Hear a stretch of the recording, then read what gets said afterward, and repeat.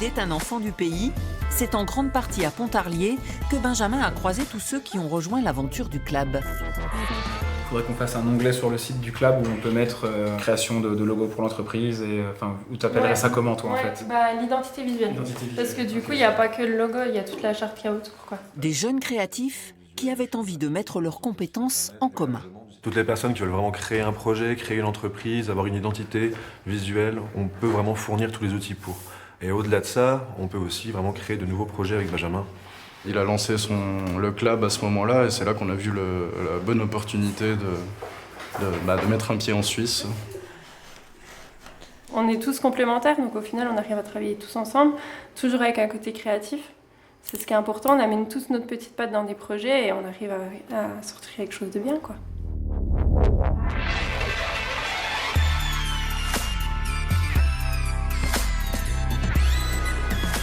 Parfois, c'est aussi son audace d'artiste qui lui ouvre les portes de l'industrie. Ici, chez Marceau, fournisseur d'équipements industriels, Benjamin a déjà laissé quelques traces dans les ateliers et son portrait I Love Courbet a été acheté par l'entreprise. Alors quand il a parlé de club affaires aux dirigeants, ils ont très vite adhéré au projet et cru à son avenir. Nous, en fait, ce qu'on veut par ce club affaires, c'est viser la passion. En fait, des gens passionnés qui aiment ce qu'ils font et qui regardent pas le temps qui y passe ou ils regardent pas l'argent qu'ils peuvent y gagner. On recherche aussi les talents.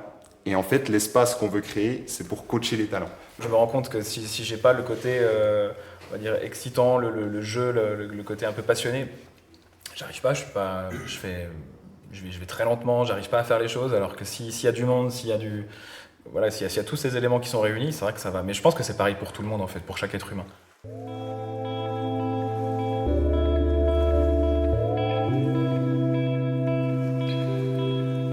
Besoin de connexion, mais aussi besoin de nature et de solitude.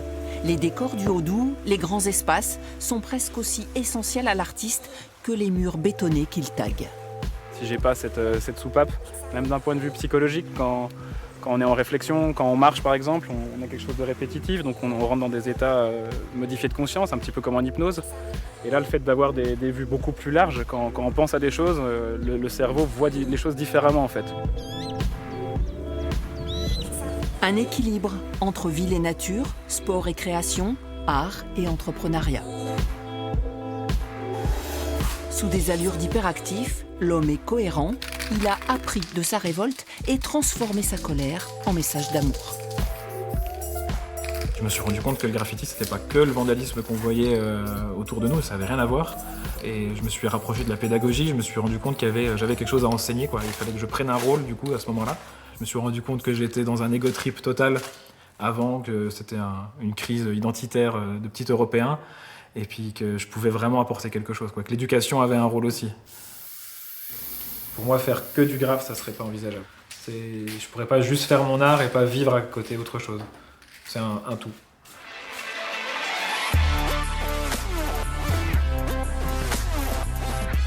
En fait, le fait pour moi de mettre des messages positifs dans mes toiles, je me dis qu'une fois que la personne l'a chez elle, inconsciemment, elle va enregistrer ces messages-là et ça apportera à petite dose en tout cas, mais du positif.